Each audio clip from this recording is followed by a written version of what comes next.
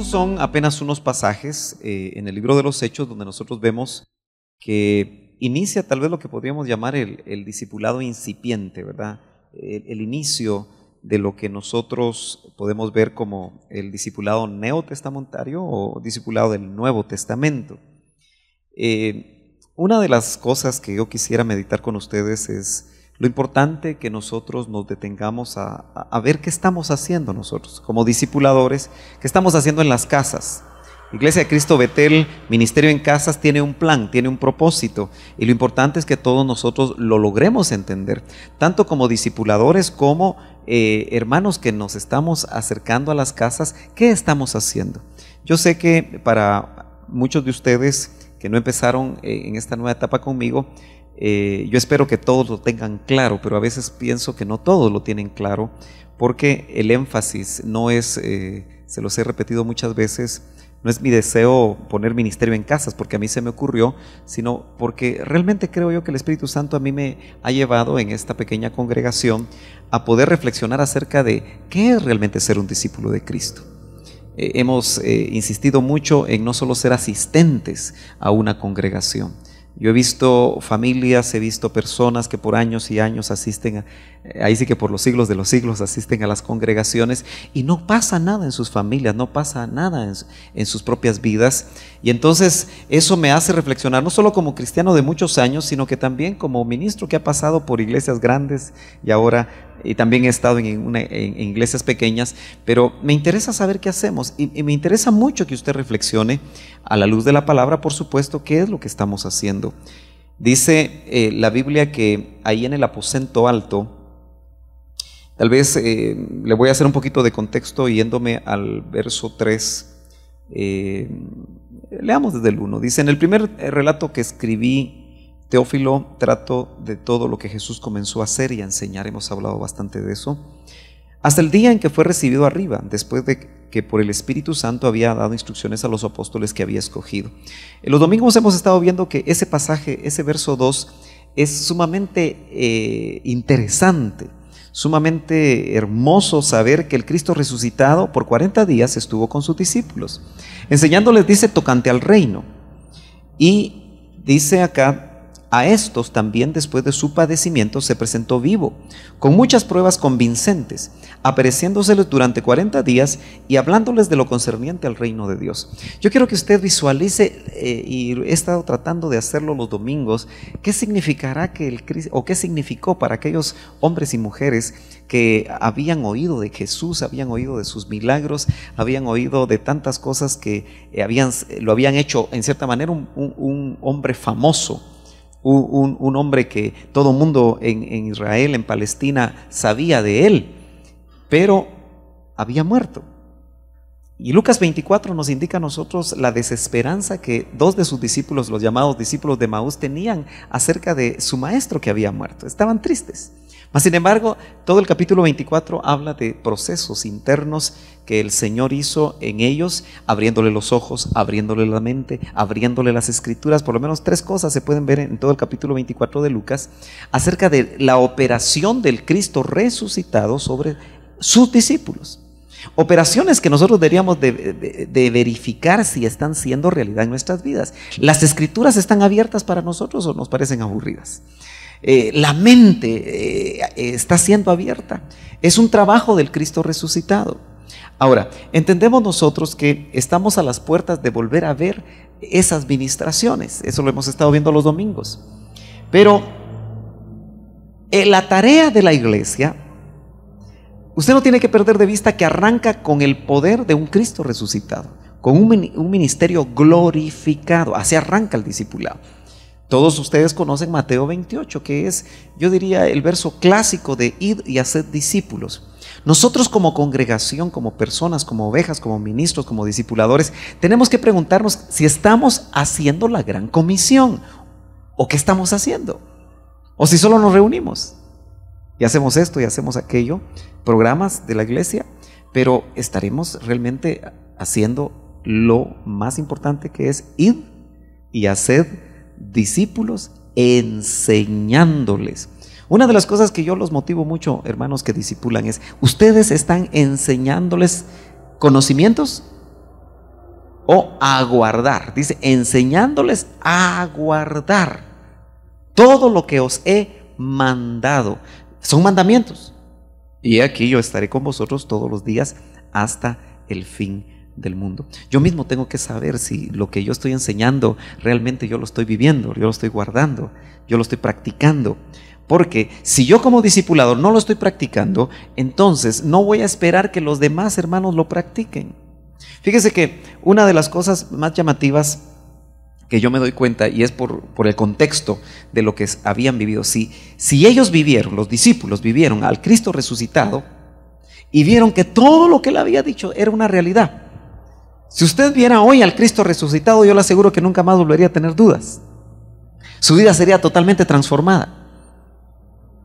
Yo le aseguro que usted vendría al culto todos los días. Aunque no hubiera culto, vendría a pedir culto. ¿Por qué? Porque vio al Cristo resucitado. Hoy hay que andar jalando a la gente para que vengan, ¿no es cierto? Yo no sé cómo les van sus discipulados, si la gente está llegando o no está llegando. Pero el contexto es que por cuanto habían estado con el resucitado, y Juan lo refleja muy bien cuando dice tocante al verbo de vida, al cual vimos, pero también palpamos. Esa era la experiencia de ellos. Entonces, en ese contexto vemos que entonces todos, verso 14, estaban unánimes. Unánimes. Esa palabra es muy importante. Unánimes. Yo le voy a hacer una pregunta. Los martes podemos hacer preguntas más indiscretas y más complicadas. ¿Usted cree que aquí estamos unánimes? ¿En esta congregación estamos unánimes? ¿Qué piensa? ¿No? ¿Qué piensan? ¿Estamos unánimes? ¿No? ¿Qué piensa, hermano Alfonso? ¿Estamos unánimes? No estamos unánimes. ¿Será que eso es resultado de solo nos pasará a nosotros? ¿O será que todas las congregaciones tampoco están unánimes? Yo le voy a preguntar, su discipulado, ahí sí medítelo usted, ¿estará unánime su discipulado?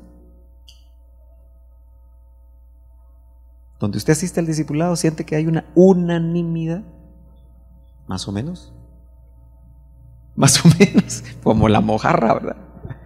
Bueno, ¿qué estará pasando? Porque miren, Elim, y yo tengo que mencionar a Elim porque es nuestro ADN, hermanos. O sea, yo me ubico con un ADN de Elim. Yo no sé si usted se ubica con un ADN diferente. Es cierto, yo pasé 10 años en la tradición evangélica, pero mi ADN es Elim. O sea, yo así me ubico. Y realmente, fíjese usted que yo veo que la unanimidad con la que empezó el Elim, yo creo que nos tiene que hacer recordar a nosotros lo que Dios espera de nosotros, ¿no? Dice, todos estos estaban unánimes. Unánimes. ¿Qué le indica esa palabra a usted? Es una palabra compuesta, ¿verdad? ¿Sí? Ok, vamos a poner eso, unidos del mismo ánimo. Fíjese que ánimo viene de ánima.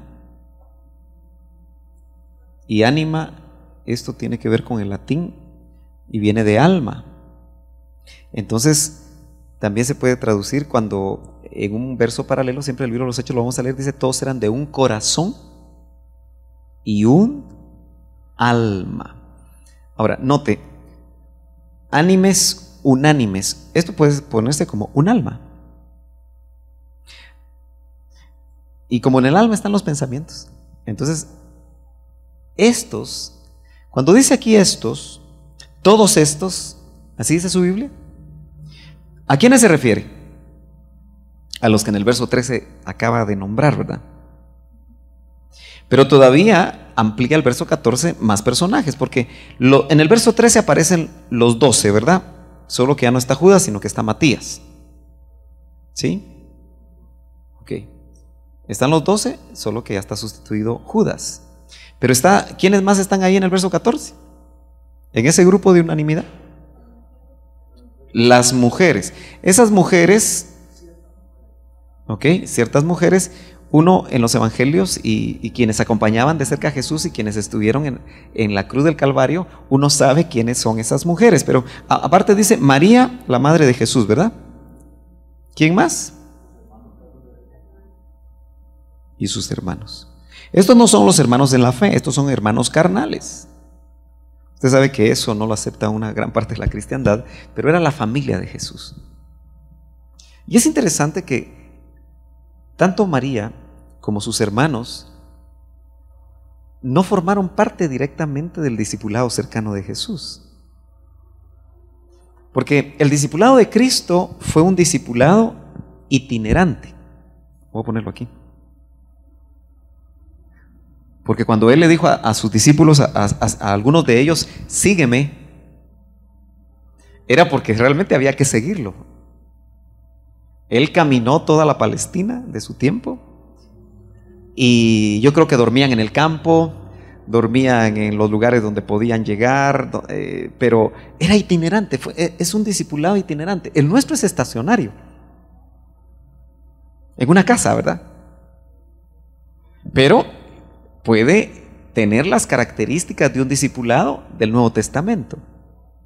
Nuestro discipulado no es antiguo testamentario, es un discipulado del Nuevo Testamento. Acuérdese que el libro de los Hechos nos narra lo que pasaba en la iglesia al principio, que nos da a nosotros bases y nos hace avisorar lo que Pablo después ya desarrolla como parte de lo que se está viendo en escuela dominical, que es la estructura de la iglesia. ¿Sí? Surge, esta es la iglesia del amanecer, le llamaba el doctor. Es la iglesia naciente. Este domingo creo que el tema fue los que vinieron a escuela dominical, el nacimiento de la iglesia. Póngale atención a esos temas, porque de esos temas nosotros podemos indicar si lo que estamos haciendo actualmente es de Dios o no es de Dios. Yo me temo que muchos de ustedes empezaron a ser miembros de una congregación y empezaron a hacer lo que miraban, no tanto por convicción ni por conocimiento, sino porque lo miraban hacer a todos. Poco a poco, en la medida que fueron madurando, ustedes han tal vez hasta cuestionado algunas cosas a la luz de la palabra. Yo quiero decirle, hermano amado, que las congregaciones todavía pueden guardar vestigios incluso religiosos que no necesariamente van acordes con la palabra. Un ejemplo muy sencillo que yo lo pongo en muchos lugares. ¿Quién nos enseñó a nosotros que la Santa Cena es el primer domingo de cada mes? ¿Quién? ¿Está en la Biblia que debe ser el primer domingo de cada mes? ¿Verdad que no? Sin embargo, yo lo hice por 10 años en la tradición. El primer domingo de cada mes, la Santa Cena, después de que me bauticé. Y déjeme decirlo que por programación, por facilidad, todos los pastores, incluso los de iglesias grandes, hasta en los gimnasios citan para el primer domingo de cada mes. Y todo mundo religiosamente toma la Santa Cena el primer domingo de cada mes. ¿Qué dice la Biblia? ¿Cuántas veces lo hicierais? ¿Pone programa? No. ¿Debe haber guianza del Espíritu? Creo que sí. Pero nosotros podríamos hoy tomar Santa Cena. Qué bonito sería, ¿verdad?, poder hacerlo. Cuántas veces lo hicieras, entendiendo lo que es la Santa Cena. Pero es un pequeño ejemplo de cómo nosotros, ¿por qué en el IMSS se hacía el primer domingo de cada mes? Porque todas las iglesias centroamericanas lo hacían el primer domingo de cada mes, y el papá del hermano Otto fue pastor centroamericano. Entonces, a veces nosotros, no estoy criticando al doctor Ríos en ningún momento, sencillamente solo le estoy dando un ejemplo pequeñito de cómo nosotros, bajo criterios, y no estoy diciendo que sea malo, pero usted ha notado que yo no me gusta programar la Santa Cena. Y vamos a ir ahí porque lo saqué por un momentito, porque yo sí creo que en los discipulados debemos empezar a ministrar Santa Cena bajo criterio ministerial, en este caso el discipulador. Muy bien, entonces usted ve que estos, dice, ¿todos ellos fueron testigos de la resurrección? Sí. Tuvieron pruebas indubitables, es decir, indudables. Ellos pudieron, yo no sé si Tomás metió el dedo en la herida de Cristo. o si metió su mano en su costado, porque el Señor le dijo, ¿verdad? Tomás, ven, acércate. ¿Cree usted? Por eso dice que lo palparon. Ahora, ante una situación de ese, hermano amado, así es como arranca el discipulado. Yo a veces creo que la gente piensa que el discipulado es un programa de la iglesia. De hecho, cuando yo fui discipulador, o mejor, sí, discipulador, pero cuando fui director de discipulado en la iglesia Elim Central, todos pensaban que como era un departamento. Tenía secretaria, tenía oficina, entonces era un departamento. Pero el discipulado no es un departamento de la iglesia. El discipulado es la visión de la iglesia, es el trabajo de la iglesia. Por eso yo recuerdo muy bien cuando el pastor actual de la iglesia de donde nosotros venimos, que por cierto lo vi ayer, pero fíjese, hermano, que cuando él me preguntó a mí qué hacía yo en la iglesia, porque acababa de venir, yo le dije, hermano, yo estoy a cargo del discipulado, que es la columna vertebral de la iglesia. Se me quedó viendo así todo raro, ¿verdad? Porque a mí el doctor Ríos me enseñó que el discipulado es la columna vertebral de la iglesia. O sea, lo que usted está haciendo en las casas es tan valioso que a mí me preocupa cuando yo me entero de que no hubo discipulado. Y me entero que alguien no pudo estar, que otra persona. Entonces yo veo que no estamos entendiendo la importancia del discipulado. Fíjese que dice que todos estos estaban unánimes, entregados de continuo. ¿Qué será entregados? ¿Qué entiende usted por entregados?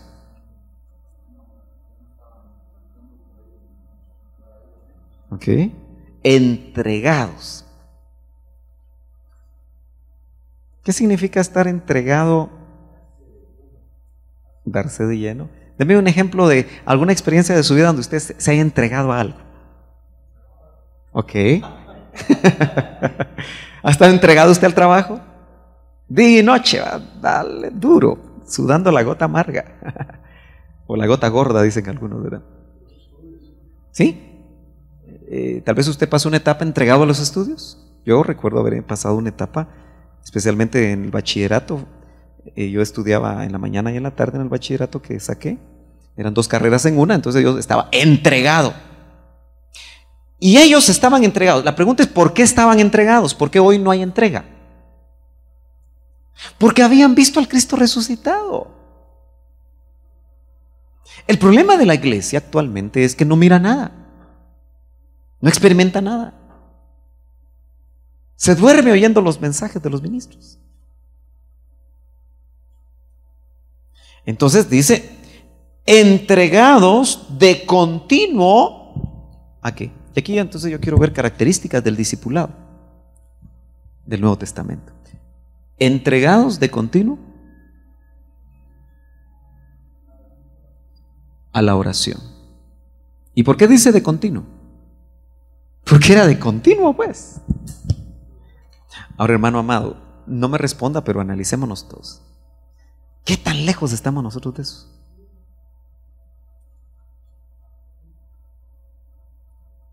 Usted sabe que también tradicionalmente en los programas de la iglesia siempre se hizo el lunes de oración.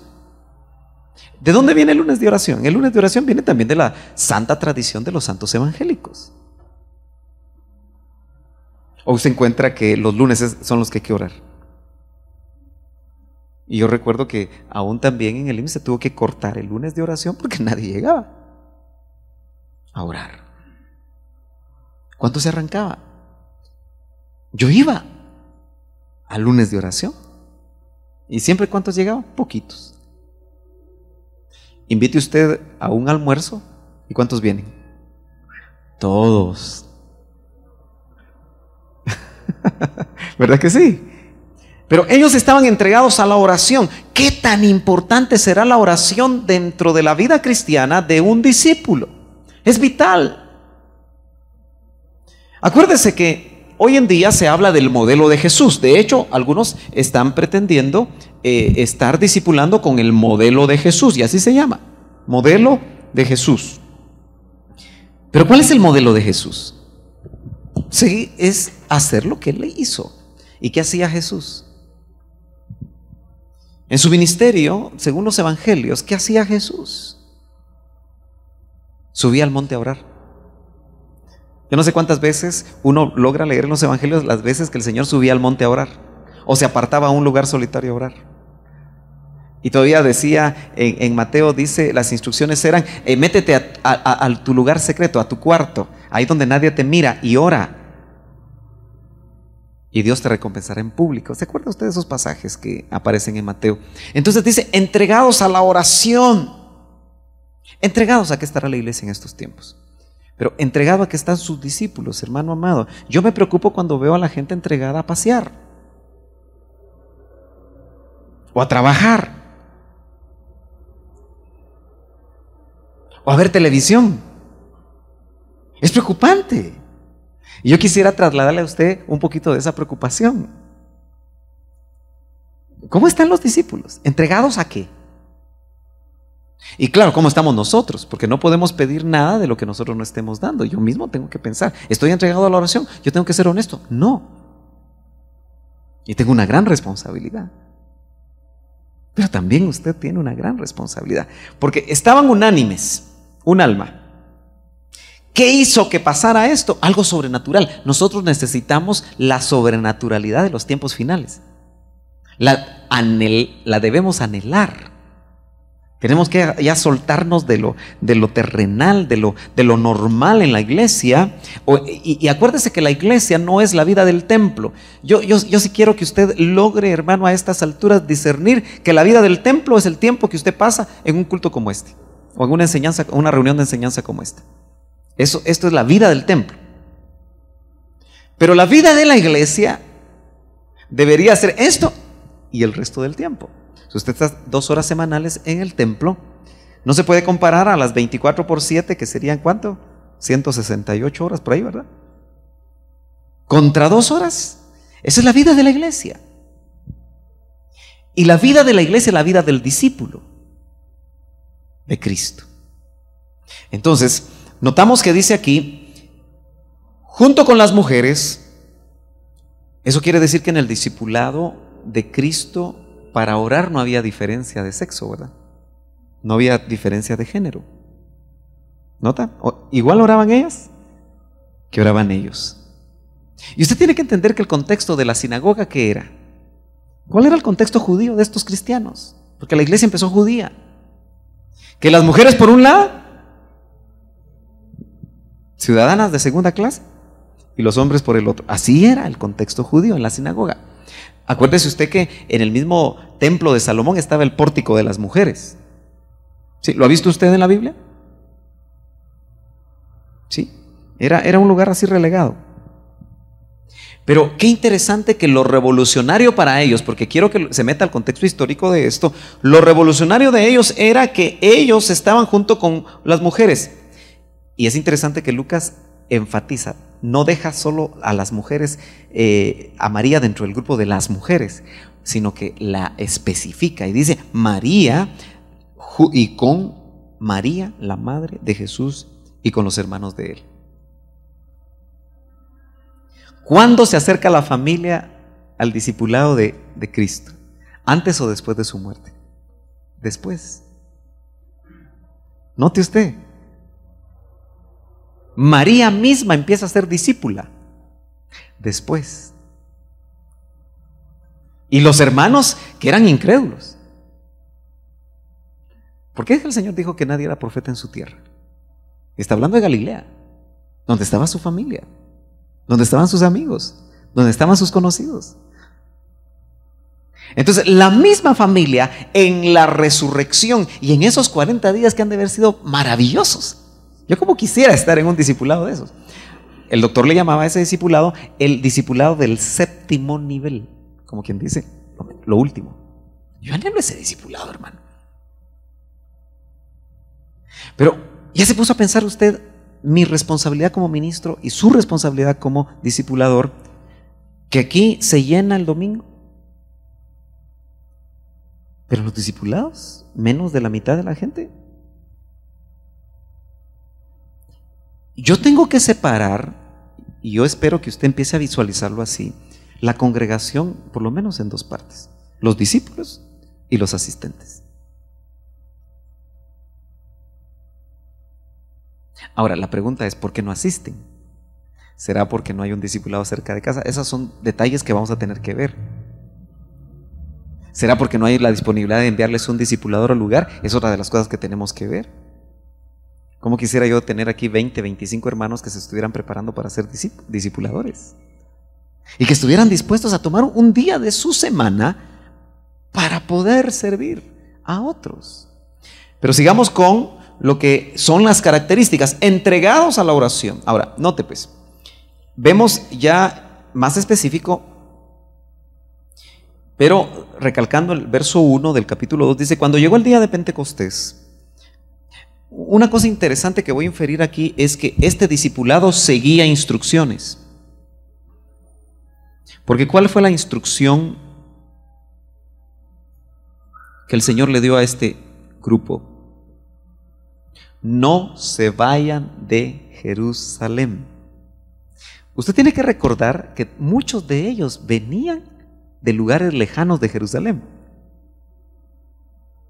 Ese grupo de los 120 tenemos que ver, no aparece en el listado de los 120 para saber quiénes eran, pero seguramente ahí habían personajes que venían de diferentes lados. ¿Por qué venían de diferentes lados? Porque celebraron la Pascua, que era una de las 3 santas convocaciones, y venía Pentecostés. Pero a los que estaban en Jerusalén se les dijo: no se vayan de Jerusalén. Los mismos discípulos como Pedro, Juan, Jacobo, que eran pescadores, eran 4 pescadores, ¿se acuerda? Ellos eran de Galilea, muy lejano a Jerusalén. Ahí en el mapa se podría ver eso. Pero la instrucción era que no se fueran de Jerusalén, y no se fueron de Jerusalén. ¿Usted cree que actualmente sus discípulos siguen instrucciones?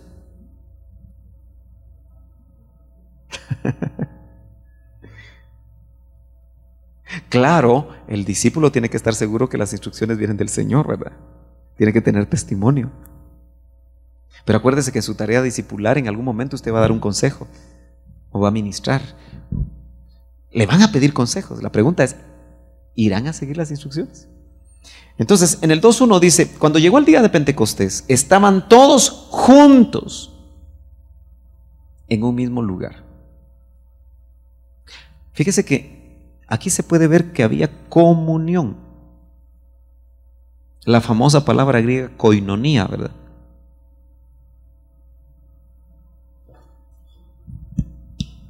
Una de las cosas que nosotros tenemos que estar muy interesados, hermano, es que la comunión que no se puede dar en el templo. Estamos creciendo para tener un templo más grande, va a venir más gente.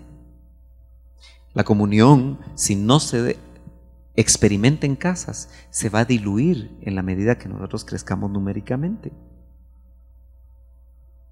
La crisis pastoral de cualquier iglesia local es cuando crece numéricamente. Y si nosotros no entendemos que necesitamos estar en grupos discipulares donde la comunión es básica. Usted sabe que el concepto de iglesia no se puede desprender del concepto de comunión. Por eso, cuando hay iglesias demasiado grandes numéricamente hablando, uno duda si llamarlas iglesia o llamarlas centros evangelísticos nada más, donde la gente se convierte y se reúne. Pero si no tienen comunión, entonces se está evitando o se está quitando la base del discipulado. Está en que un hombre, pero que era el hombre de Dios, dijo: y llamó a unos. ¿Para qué? ¿Para qué los llamó? Para que estuviesen con él. Eso es un principio básico del discipulado. Como director del discipulado, yo viví experiencias muy llamativas y me di cuenta que muchos discipuladores no mantienen un nexo de comunión con sus discípulos. Porque llegaban a dar su clase, primero llegaban tarde. Y para mí es una falta de respeto que si el discipulado empieza a las 7, usted llega a las 7:30. Yo hoy tuve por eso que disculparme con ustedes, hoy vine tarde. Pero si usted cita a sus discípulos a las 7, llegue a las 7, aunque usted llegue solo. Si lo cita a las 8 o lo cita a las 7:30, llegue a las 7:30 y arranque a las 7:30. Porque es un respeto que usted tiene hacia sus discípulos. Eso es importante. No me pide el verso, pero es importante porque usted está tomando en serio a sus discípulos. Y dice entonces ya al 42. Avancemos un poquito. Vamos a leer el 42. Y se dedicaban continuamente. Note usted que aquí la palabra en los Hechos es continuo, de continuo en la oración. Y aquí se dedicaban. Y la dedicación, usted sabe que cuando una mamá está cocinando, se dedica a la cocina, ¿va? Se dedica a coser, se dedica a pintar. Dedicación implica que todo el ser está involucrado. Se dedicaban continuamente a las enseñanzas. Enseñanzas de los apóstoles. Usted se preguntará, hermano Sergio, ¿a qué enseñanzas de los apóstoles nos vamos a nosotros a dedicar? Pues a los apóstoles del Cordero, que los que plasmaron a través de la Escritura inspirados por el Espíritu Santo, pero en nuestro caso muy personal también a las enseñanzas del apóstol que tuvimos testimonio que nos cubrió y que en cierta medida esa doctrina trasladada nos cubre. ¿Se acuerda usted cuando... Acompáñame por un momentito a Hechos 20. Déjeme ver si es el 20.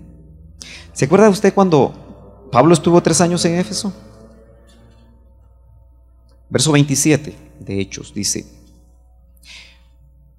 Pablo estuvo con ellos y les dice a los ancianos de Éfeso, les dice: pues no rehuí declarar a vosotros todo el propósito de Dios.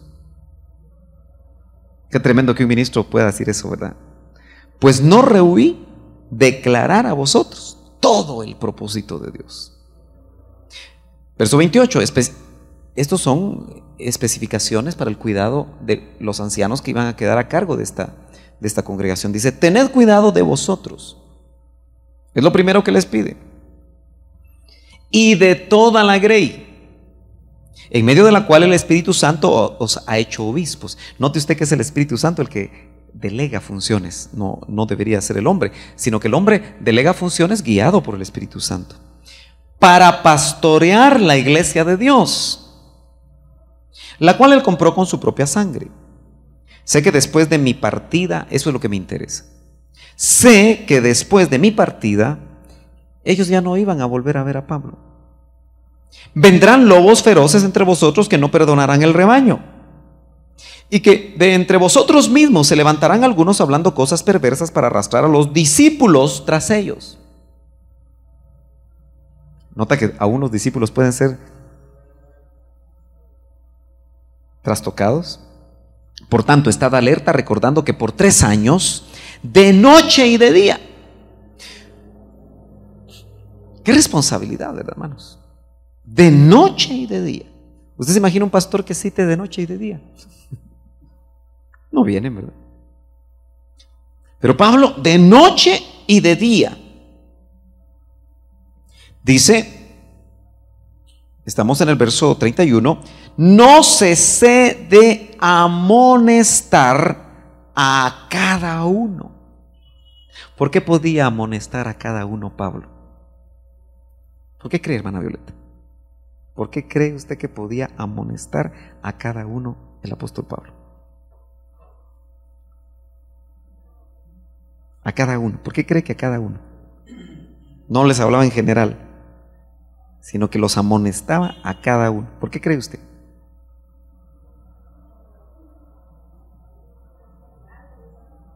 Sí, pero específicamente a cada uno. ¿Por qué creen ustedes que a cada uno? No, pero a cada uno. ¿Por qué a cada uno? Sí, pero ¿por qué a cada uno? Porque no eran muchos. Si usted tiene una congregación de 2000, ¿cuándo le va a dar tiempo? Amonestar a cada uno. Ahora, yo lo que quiero rescatar aquí es el principio de amonestar. ¿Qué es amonestar?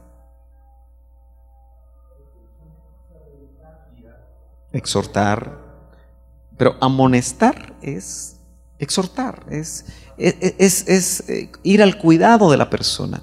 Pero amonestar implica que si una persona de tu discipulado está actuando mal, lo debes amonestar. Yo te motivo mucho que tú debes de ser el primero, que cuando alguien de tu discipulado no viene a la iglesia, claro, tienes que venir tú a la iglesia para darte cuenta quiénes vienen. Para mí el acabose de un discipulador es que no viene él y no se da cuenta quiénes no vienen.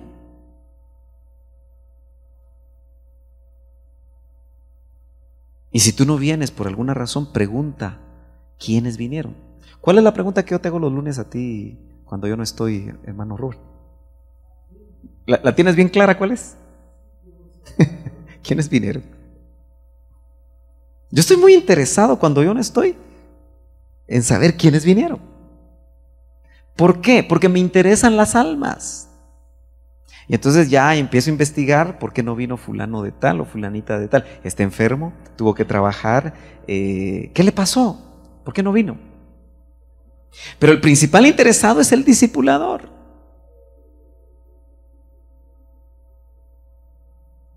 ¿Me entiende?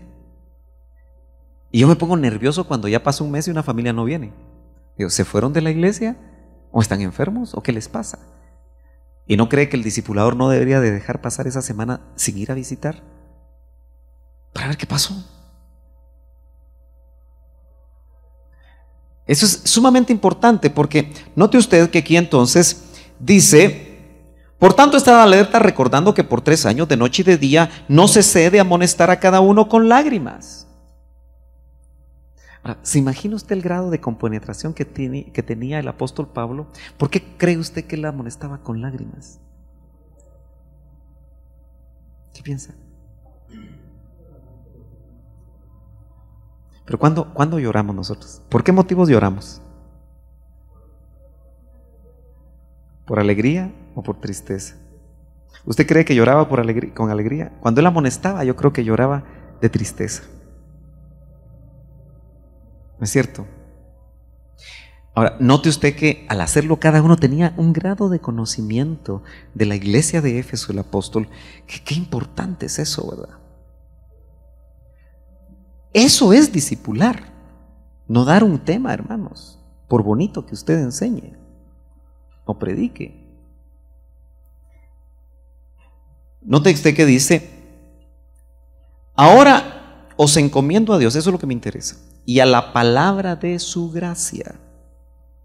Pablo ya no los iba a ver, pero los encomendó a Dios y a la palabra de su gracia. Nosotros, creo yo, que cuando perdimos al apóstol que nos cubría, yo creo que quedamos encomendados a Dios y a la palabra de su gracia.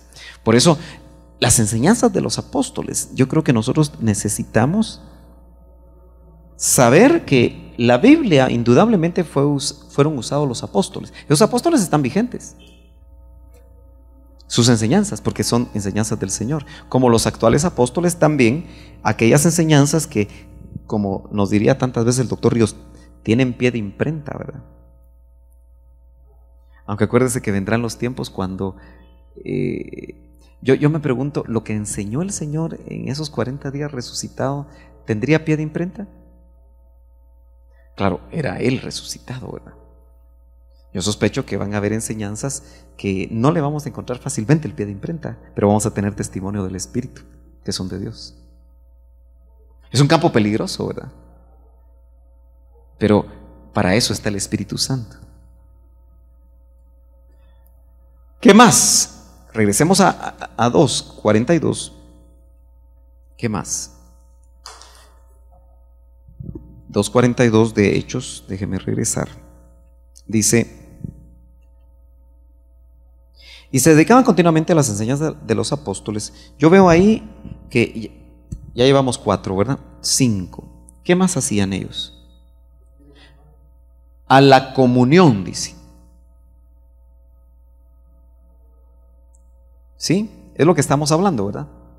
Si usted quiere, como ya la teníamos antes, solo voy a agregar aquí 2:42, ¿verdad? A la comunión. Ahora, yo quiero que usted note que dice: se dedicaban continuamente, esa palabra califica en cierta manera esa frase a las 4 cosas que hacían. Yo podía leer muy bien y se dedicaban continuamente a las enseñanzas de los apóstoles y se dedicaban continuamente a la comunión.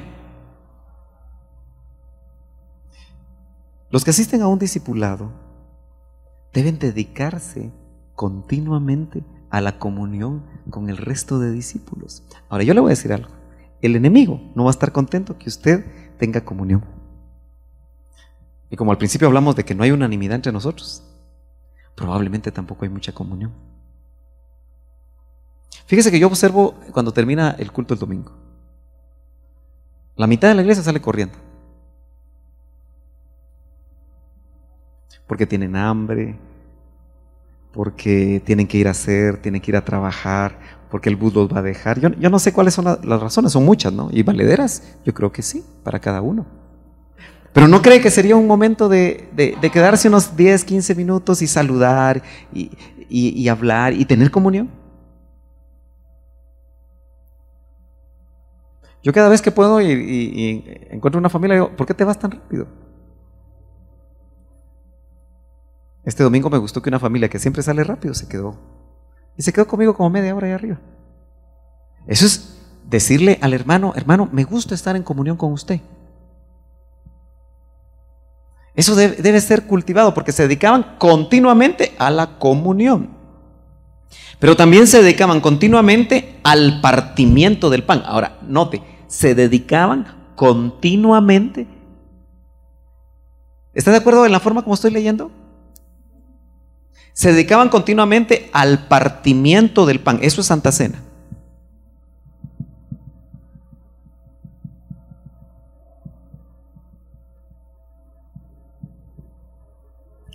Se dedicaban continuamente. Mire, yo le he contado que tuve la oportunidad de ver tal vez un modelo discipular muy parecido a estas cosas con el hermano Otto, sus últimos 3 años, en una casa. Su familia y algunas familias amigas que fuimos invitadas. ¿Cómo era ese discipulado? Porque yo quise, siendo director del discipulado, que fuera el modelo de todos.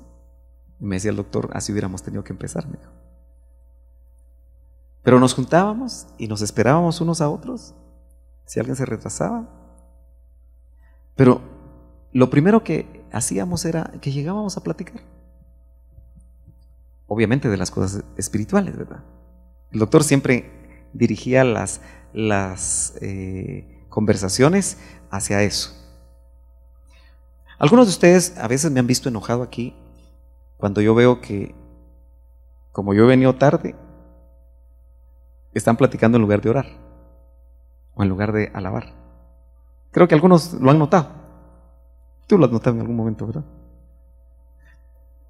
Aunque es parte de la comunión, como venimos a algo ya específico, programado, deberíamos de aprovecharlo para orar juntos. Deberíamos de aprovecharlo para cantar juntos. No sé si me entienden. Ok. ¿Por qué? Porque a eso venimos. Pero en un discipulado te permite la oportunidad de poder compartir, y luego siempre comíamos alrededor de una mesa. Y usted lo va a notar aquí, un poquito más adelante. Pero después de que y como era un hombre que comía muy rápido, en 5 minutos se pasaba lo que él comía muy rápido. Tal vez por su profesión de médico, ¿verdad? Aprendió a comer muy rápido. A los 5 minutos ya había terminado de comer, y entonces nos empezaba de una manera informal, sentados en la mesa. Nada formal, como un púlpito, un pizarrón, muy coloquial, a enseñarnos lo que había recibido ese día de parte del Señor. Y podíamos hacer preguntas y podíamos interrumpirlo, y después de eso siempre terminamos el discipulado con Santa Cena: una copa y un pan. Nadie decía: ay, qué chuco ese ahí tomando de la misma copa. Porque eso es lo primero que pensamos, ¿verdad? Ay, qué feo. Ay, uy. Ay, qué antihigiénico. Y éramos como 20. Y 20 tomábamos de la misma copa. Es cierto que la anfitriona ponía ahí una servilletilla por si usted quería limpiar, ¿verdad? Disculpe que se lo diga así, por si no quería probar las babas del otro.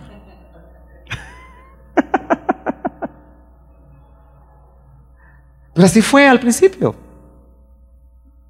Una copa que se las pasó a todos, ¿no? Cuando se instituyó la Santa Cena, y un pan que fue partido, porque el pan simboliza unidad. Acuérdese que es el cuerpo de Cristo, que por vosotros es partido.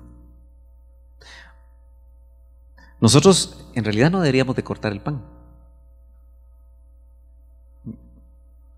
sino de lo que vamos a hacer es partirlo de un solo pan. Ya vamos a empezar a hacerlo de esa forma. ¿Se acuerda que lo empezamos a hacer allá en el Naranjo? Porque es buscar detalles que se parezcan más al original. ¿Sí? Entonces, se dedicaban continuamente al partimiento del pan. Dice, y a la oración. Ya está aquí, ¿verdad? Y a la oración. ¿En sus discipulados está orando usted, hermano? Ojalá que sí lo haga. Y si no lo está haciendo, hágalo. Tome tiempo. Mire, si usted llega puntual, y yo sé que los hermanos se retrasan por diferentes razones, algunos viven muy lejos, empiece orando. Empiece orando. Yo lo animo a que ore. Empiece orando. No platiquen. Mejor oren. Al final del discipulado, donde a veces se toma una tacita de café, ahí tienen oportunidad de platicar.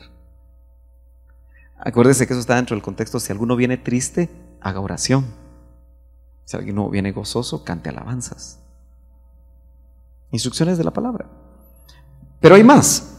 Yo voy terminando. Dice en el verso 43, sobrevino temor a toda persona. De eso no se habla mucho. Sobrevino temor. Ahora, ¿qué es el temor? Este temor es lo que dice el proverbista. El temor a Jehová, el principio de la sabiduría, es el temor de Jehová. Entonces, sobrevino temor a toda persona. Ahora, ¿el temor por qué? Note que esto mismo sucedió después de Ananías y Zafira, ¿verdad? Por los actos sobrenaturales que se daban en medio de la iglesia. Hermano, yo anhelo, y ojalá que usted lo anhele, que en su discipulado hayan sobrenaturalidades. Que se ponga la mano sobre un enfermo y sane ese enfermo. Que hayan señales, prodigios y milagros. Porque note usted que aquí dice, sobrevino temor a toda persona y muchos prodigios y señales eran hechas, aquí en este caso, por los apóstoles. Si vemos todo el contexto nuevo testamentario, sabemos que las señales, los prodigios y milagros no son exclusivos de los apóstoles. Aquí estaba arrancando la iglesia. Incluso cualquier discípulo podría orar por otro. Al fin y al cabo dice que, y estas señales seguirán a los que creen, en mi nombre echarán fuera demonios. Tomarán cosa mortífera y no les hará daño. ¿Se acuerdan lo que dice al final del capítulo 16 de Marcos? ¿Cómo podríamos traducir nosotros que en nuestras reuniones sobrevenga temor? Debería haber una presencia tan tremenda de parte de Dios, ¿verdad? Porque es un temor reverente. Yo creo que nosotros no podemos estarle diciendo a los jóvenes y a los niños, mira, pórtate bien, mira, no hables, mira, no digas, mira, no chistes, porque eso sería legalizar, ¿verdad? Porque lo estamos haciendo nosotros. Pero qué maravilloso va a ser cuando en nuestras reuniones, niños, jóvenes y adultos, bajo la presencia, el impacto del Espíritu y de la presencia del Señor, tengamos temor reverente a su presencia. Yo anhelo eso, hermano. Eso no indica una reunión aburrida. Yo no creo que esas reuniones al principio eran aburridas, pero sobrevino temor. ¿Qué más pasaba en esas reuniones? Dice, Habían prodigios y señales, sí. Sobrevino temor, pero eso estaba vinculado con esa, voy a poner aquí para resumir, sobrenaturalidad. Era una consecuencia de la sobrenaturalidad.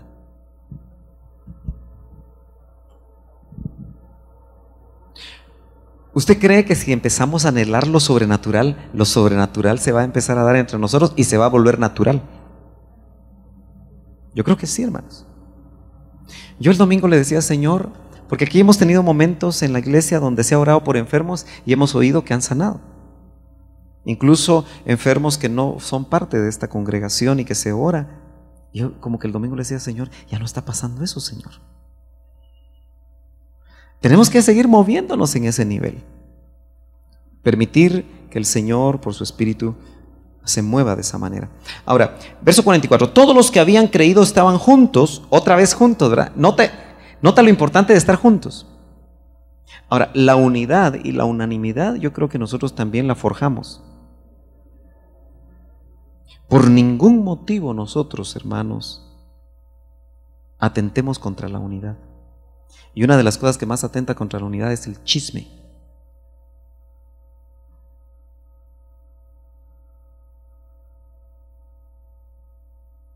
No permitamos el chisme ni la murmuración en nuestras reuniones. No la permitamos. Si en una reunión nuestra alguien empieza a hablar de alguien dentro de nuestra reunión, paremos eso. Parémoslo. No lo permitamos. Porque la murmuración es como una gangrena. Parémoslo. Digámosle a la hermana o al hermano o al joven o al niño, ¿sabes qué? No está la persona presente. Si tú tienes queja contra tu hermano, dice, hay parámetros, ¿no? Si alguien está haciendo algo mal dentro de la congregación, que no sea motivo de la reunión el hablar de que alguien hizo y alguien que no está se portó de esta manera. Eso se llama murmuración, aquí y en cualquier lado. No lo permitamos, eso a veces sucede y no lo debemos de permitir. Dice, el 44 se vuelve un verso bien complejo, ¿verdad? Todos los que habían creído estaban juntos y tenían todas las cosas en común. Usted sabe que han habido personas que han querido repetir ese modelo y muchas veces han caído en grandes desmanes y en grandes problemas. Una misión todavía existente en Guatemala, me cuentan que cuando inició venía con una cobertura norteamericana, quiso poner en práctica esto literal. Y entonces cuando llegaba el discipulador a la casa de los hermanos, le gustaba un jarrón y decía, este está bueno para mi casa, y se lo llevaba. Usted puede suponer que en pocos meses esa iglesia tuvo grandes problemas, ¿verdad? Y tuvieron que cambiar ese método, porque ese es un método carnal. Lo que yo creo en lo personal es que hubo tal mover del Espíritu que realmente ellos llegaron sin ningún tipo de coerción, ni que unos fueran listos y otros no, a tener todas las cosas en común. Porque yo lo que creo es lo que la Biblia dice. Y dice, y tenían todas las cosas en común por el mover del Espíritu. Yo tengo la impresión de que va a llegar antes de que el Señor regrese en sus visitaciones, en esas visitaciones angélicas, que a nosotros nos puede pasar algo así. Porque ¿qué tan preocupado vas a estar tú por tus cosas personales si ya vas para arriba? Yo me imagino que no vamos a tener, le digo me imagino porque no lo he experimentado, que mucho del egoísmo propio del ser humano va a ser quitado en eso que vimos incluso el domingo, el cuerpo de exaltación. Pero aquí hubo tal mover por todas estas características que la Biblia dice que tenían todas las cosas en común. No hagamos en frío situaciones de ese tipo, porque vamos a encontrar grandes abusos. ¿Me está siguiendo? Ahora, día tras día, verso 46, el 45 dice, vendían todas sus propiedades y sus bienes y los compartían con todos según la necesidad de cada uno. Aquí había un contexto que no debemos de olvidar, que hizo que también las situaciones se dieran de esa manera. Le voy a explicar cuál creo yo que fue ese contexto. Los que habían llegado en Pentecostés no eran extranjeros de Jerusalén. Muchos eran de otros lados, porque dice que los oían, habían partos, eran judíos, pero de lejos. Ahora, cuando usted va, yo me pongo a pensar, aquí se vale pensar, usted me dice qué piensa también, que ellos venían con su dinero exclusivamente para el Pentecostés y regresarse, que podían ser viajes de 1 mes a 2 meses. Pero cuando vino Pentecostés y se quedaron en Jerusalén, a muchos de ellos se les terminó el dinero y no tenían dónde vivir. Y ahí fue donde el Espíritu Santo, en el inicio de la iglesia, empezó a moverse de tal manera que algunos vendían sus propiedades. Y ojo, es muy probable que algunos mandaron a vender sus propiedades a lo lejos para quedarse, porque era tan tremendo el mover que había ahí que no les interesaba ya lo que habían dejado. Pero eso no se puede hacer en frío, hermanos. Tiene que haber una visitación tan poderosa de parte del Espíritu, que yo creo que esas cosas, acuérdese que el doctor tenía la tesis que como fue al principio será al final. Y en cuanto a la iglesia del final, él hablaba de 7 veces aumentada. Imagínense ustedes si apenas nosotros atisbamos un poquito de lo que ellos vivieron. Dice, día tras día continuaban unánimes en el templo.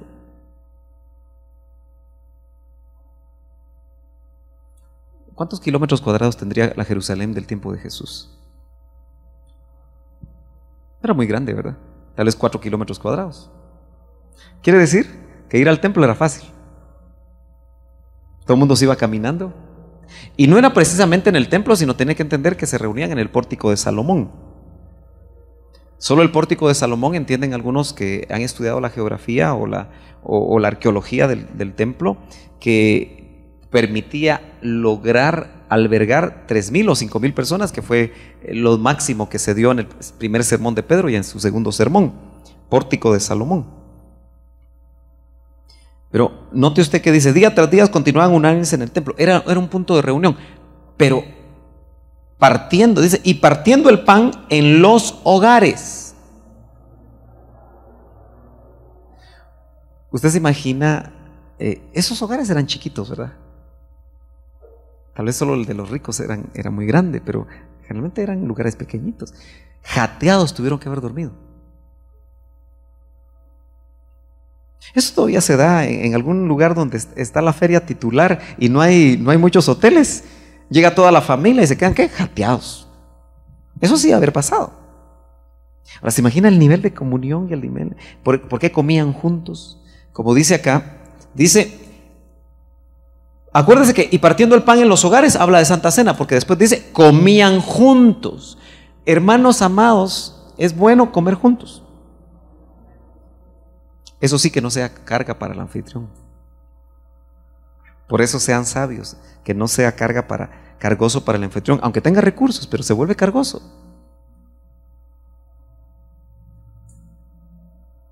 Que alguien lleve una magdalena, que se programe todo, ¿verdad? Que otro lleve unos sanguchitos, para que no sea carga para el anfitrión. Seamos sabios. Y también cuando se va a comer juntos, que se programe. ¿Me está siguiendo? Aquí hace rato que ya no comemos juntos. Deberíamos otra vez de comer juntos. ¿Se acuerda que lo hicimos? Antes lo hacíamos más seguido. Tenemos que hacerlo nuevamente. Comían juntos con alegría y sencillez de corazón. Eso es lo más importante, ¿verdad?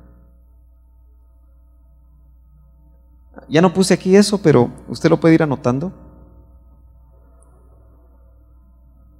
Comían juntos. Algo importante, unánime, continuaban unánimes en el templo, es que después ya se hace doctrina cuando Pablo dice, no dejando de reuniros, como algunos tienen por costumbre. Es importante, hermano, congregarse. Luche usted por congregarse. Yo sé que muchos aquí tienen problemas que trabajan. Guatemala ya ha entrado en el nivel en el que hay muchos trabajos domingo, a veces hay trabajos sábado, trabajos nocturnos, pero usted luche por congregarse. Comían juntos con alegría y sencillez de corazón. Voy terminando. Alabando a Dios. Nuestras reuniones deben involucrar también alabar a Dios. Obviamente no va a hacer usted un culto en la casa, pero en algún momento el Espíritu lo puede llevar a que extienda un poco la alabanza. Y hallando favor con todo el pueblo. ¿Qué significa eso con los inconversos? Hallando favor, hallando gracia con todos los de afuera. Yo me pregunto, ¿nosotros tendremos gracia con los vecinos como congregación? Lo único que sé es que la vez pasada nos querían echar porque estábamos dejando los carros mal parqueados. Tenemos que ser cuidadosos en eso. Hasta en eso tenemos que dar testimonio, ¿no cree? Pero en las casas, ¿hallará favor esa familia anfitriona con los vecinos? ¿Con los que están, los del barrio, los cercanos? Y note que después de todas estas características, que yo creo que ya pueden sumar unas 10, y el Señor añadía cada día. No era el programa de la iglesia, ¿verdad? No era el método de la iglesia. Era el Señor. Y el Señor añadía cada día. Era una continua pesca. El número, dice, al número de ellos, los que iban siendo salvos. Esta congregación se está caracterizando por no evangelizar. Es algo que me tiene preocupado como ministro. Creo que una de las grandes oportunidades que tenemos al abrir nuestras casas para un discipulado, sea este evangelístico o sea de madurez, es que invitemos a los vecinos a nuestra casa. Yo sé que no son tiempos para dar un café, pero podríamos ahorrar, ¿verdad? E invitar a los vecinos que sabemos que están necesitados a tomar una taza de café. Y en medio de la plática poder compartir la fe. Creo que ese sería un evangelismo más efectivo, sin descuidar los otros, que el Señor nos permita hacer. Donde podamos compartir la fe con otros. Yo les motivo a ustedes como discipuladores y los que están aquí como ovejas, a que motiven a las familias a abrir sus casas. Yo sé que es peligroso abrir las casas ahora, y hay sectores difíciles. Pero que el Señor nos dé la sabiduría para poder abrir las casas a gente inconversa que necesita oír del Señor. Creo que va a ser la mejor manera de poder compartir la fe y hallar favor con los demás. Preguntas, porque el tiempo se me fue, pero tenemos un tiempito para preguntas o aportaciones. Ahí está el micrófono, aunque hoy no estamos... bien, estamos grabando, ¿verdad? Sí, siempre ahí está el micrófono por si usted va a hacer alguna pregunta o alguna aportación. Si no quiere preguntar es porque se quiere ir rápido. Ya el primero que pregunta, adelante, o aporta. Adelante, hermano Alfonso. Hermano, cuando dice la palabra que se perseveraba en la doctrina de los apóstoles, Sí. Usted nos mencionaba que ahora permanecemos en la doctrina del apóstol que nos cubrió. Ajá. Pero no tenemos que descartar que también hay apóstoles genuinos que si se logran discernir, claro, tienen palabra del Señor. Entonces, definitivo, ¿puede tomarse esa palabra como una doctrina para poder perseverar en ella? Yo creo que sí. Lo que tenemos que tener es sumamente cuidado porque estamos viviendo tiempos donde muchos apóstoles han salido, ¿verdad? Entonces, si nosotros logramos tener el discernimiento de genuinos apóstoles del cuerpo, acuérdense que dice que estamos edificados sobre el fundamento de apóstoles y profetas, dice Efesios 2:20, ¿verdad? No dice apóstol, sino que dice apóstoles. Entonces, si nosotros tenemos ese testimonio, yo creo que podemos discernir. Acuérdense que eso no lo podemos hacer todos. No le podemos pedir a un recién convertido que discierna, ¿verdad? Si es palabra apostólica o no. Pero indudablemente que sí sabemos que existen, hay lamentablemente muy pocos, hermano Alfonso, por lo menos es mi criterio, ¿verdad? Muy pocos, que realmente en estos tiempos finales Dios los está usando con revelación. Pero Dios, yo creo que quiere, y siempre lo ha hecho, mantener su revelación a través de ministerios apostólicos y proféticos. Entonces, Yo mismo creo, como les compartí el domingo, aunque David Wilkerson no se presenta como un profeta, yo mencioné el nombre, ¿verdad?, el domingo, yo creo que es un profeta para estos tiempos finales. Y es interesante que incluso, porque una de las señales de los profetas es que lo que han dado de parte de Dios se cumple. Y si usted tiene la oportunidad de acercarse al libro La Profecía, o La Visión, mejor dicho, sí, La Visión, que escribió hace más de 20 y pico de años, muchas de estas cosas se están cumpliendo exactas. Entonces yo en lo personal creo que él está siendo un profeta para los tiempos finales. Y obviamente no ha tenido que ver con Ministerio Selim, pero recordemos que cuando nosotros enfatizamos un nombre, es solamente por el contexto que tenemos. Pero obviamente no tenemos que olvidar que está el concepto del cuerpo de Cristo, ¿verdad? Yo creo que este ministro, por mencionar un nombre, en lo personal creo que tiene mucho que aportar al cuerpo. Si usted tiene acceso a leer, lamentablemente habla en inglés, pero me parece que tiene algunas cosas traducidas, y si usted habla inglés, pues eso le puede ayudar. Pero aquellos libros que él se han traducido, yo creo que son interesantes de poder ver. Hasta aquí lo que le he oído no choca con aquello que... A mí me preocuparía que usted empezara a oír a un ministerio que choca con lo que aprendimos y que por lo menos nos ha dado testimonio, porque eso sí sería peligroso, ¿verdad? Entonces todo eso yo creo que lo tenemos que discernir y tener cuidado. ¿Otra pregunta, mis hermanos? ¿Otra aportación? Parece que no, ¿verdad? Bueno, entonces, sí, hermano, aprovechen que no estamos tan tarde. No, era sobre lo que estaba diciendo el hermano Alfonso, porque la mayoría de personas, incluido nosotros, los medios de comunicación son muy importantes en este tiempo. Y siempre uno se encuentra con personas y uno mismo dice, y oí, ahí vi, ¿verdad? Entonces es difícil cuidar eso para los discípulos o para las ovejas, como usted dice.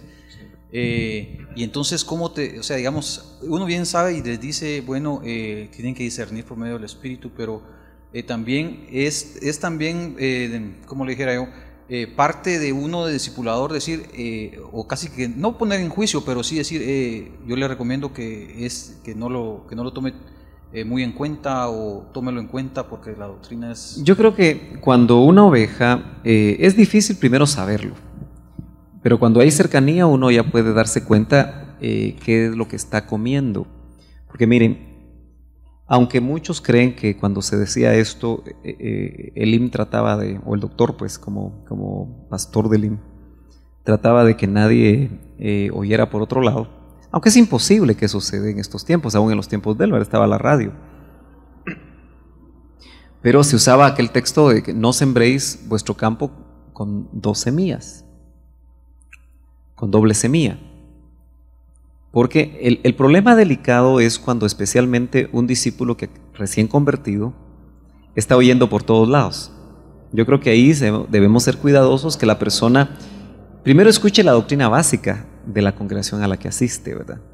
Si es esta, pues esta, para que por lo menos tenga las bases, el ABC, ¿verdad? Y mientras va madurando, acuérdense que dice que el niño, mientras es niño, y eso se aplica al niño espiritual, necesita ayo, y en ese sentido el discipulador es como un ayo.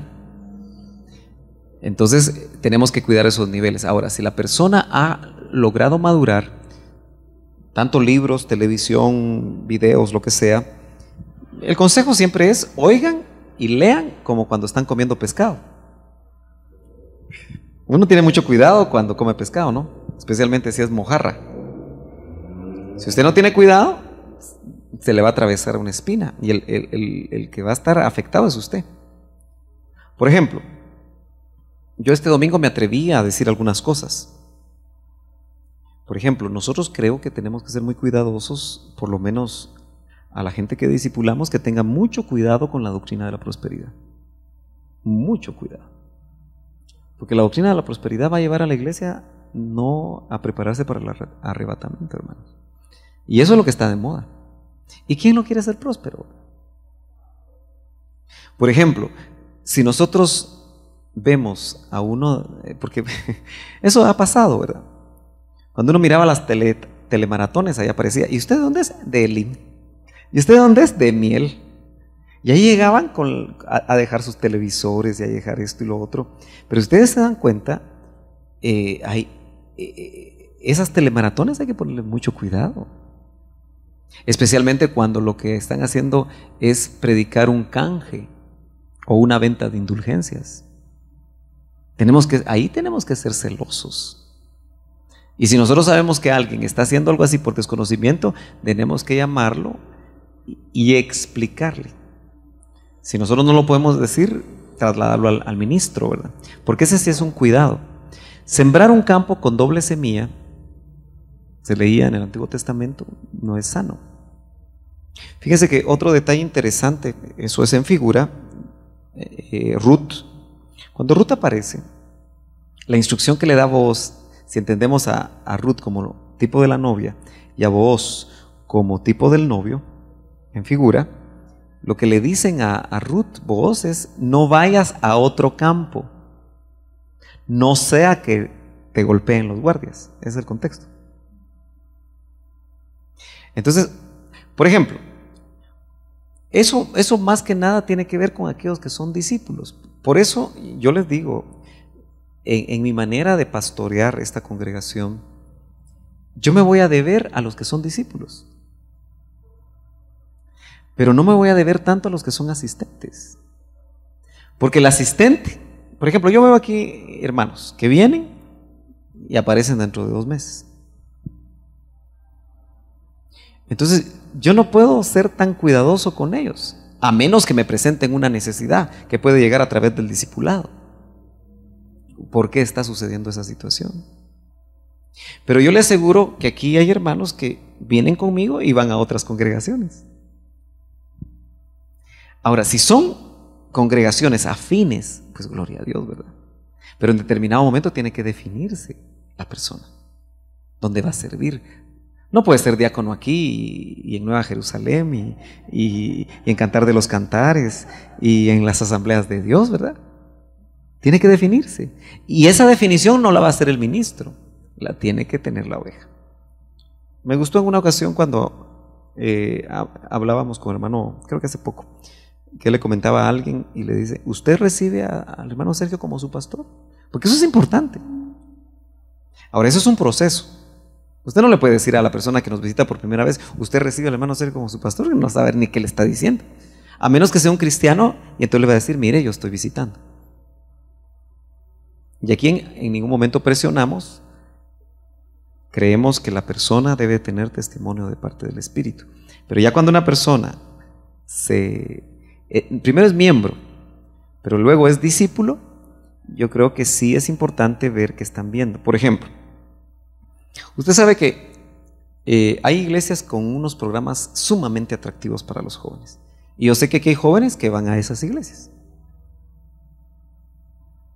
bajo permiso de sus padres.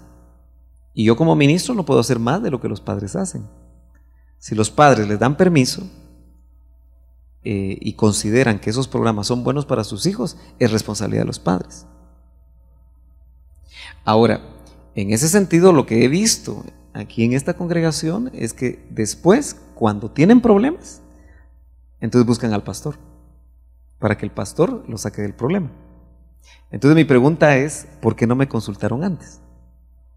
Por lo menos yo lo que hubiera dicho, y que es lo que ustedes también tienen que decir, en la medida que también creamos lo mismo, ¿verdad?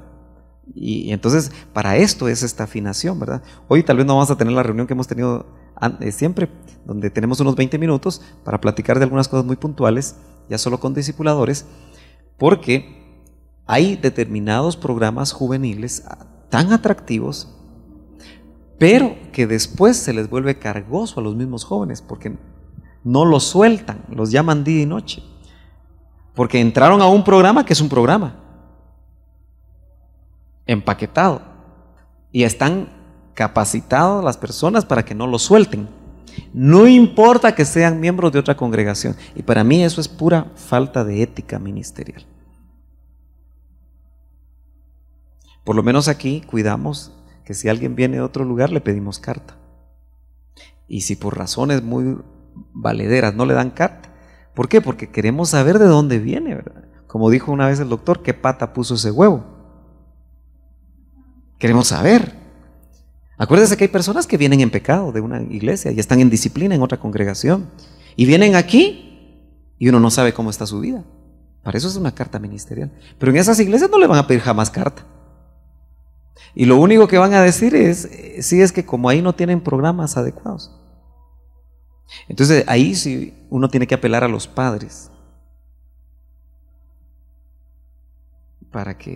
Y obviamente pedirle al Señor y participar arduamente en un programa juvenil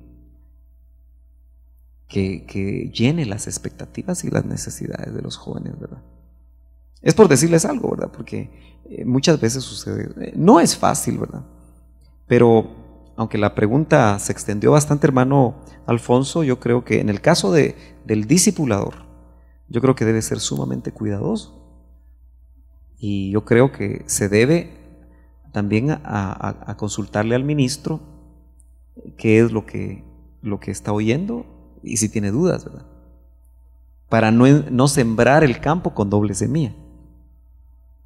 Por eso se acuerdan ustedes que una de las cosas que estamos tratando de hacer, yo creo que no se ha podido lograr todavía, es que lo que se enseña aquí los domingos se amplíe en los discipulados, porque hay muchas preguntas, van a haber muchas preguntas. Entonces, una de las cosas que podemos hacer, ya que entramos a un campo los domingos escatológico un poco complicado, es empezar a ver aquí el panorama ya con preguntas bien concretas, ¿verdad? Juntos, para poder estar en la línea ministerial. Eso es importante. Más preguntas. Bueno, ustedes se quieren ir y yo también. Así que pongámonos de pie. Y vamos a darle gracias a Dios.